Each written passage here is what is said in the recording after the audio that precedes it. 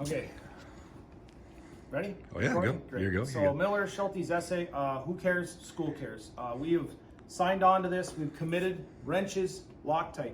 Problem state we can see on the bottom of this. These cups are all out, way out, and eventually these studs are going to bend. The tables are going to fail. In the meantime, they're not level or even with each other. So we know that. To set these down safely, teams of up to 6. So 2 people grab here. Yeah, we got to be careful about here because once we go over, the center point, it's going to kick out like this. So watch your toes. Go down slow. Additional team members. So those are 2 team members. You just got one set down. You can pick out another one. You can actually look at that stud mic. It's bent already. That's how far it is out.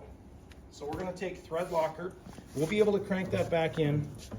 That's far enough out. We want to go right here with thread locker. Go up to that again. Just Thread a locker. bead. That's actually more than we probably need. Thread that all the way up. While Luke's hand threading that, I can come over and do another one.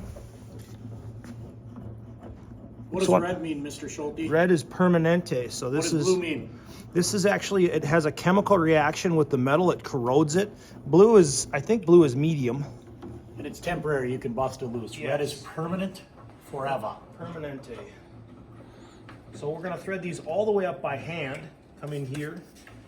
And once we get them by hand, then another person on the team can take a 3/4 inch wrench because it's a 1/2 inch stud. Half 13 course thread, 3/4 inch wrench goes on there.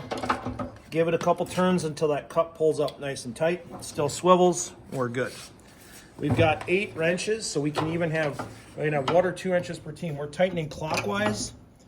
Right is tight, or turn to the right is tight. Once we got those 2 done, we're gonna flip the table 180. You can do them on your back. You can do the tables on their back. I think it's easier on the side. So let's grab this and tip it this way, Smarter, not harder. and then all the way over again. Easier on its side. Repeat this process. Now, the 2 table flippers can flip the table for people, and then they can go get another one flipped on its side. You can do 2 at a time and alternate.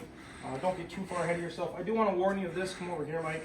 So right now the casters are both facing down, and if we shift this slightly, it's going to fall, and that can catch a toe.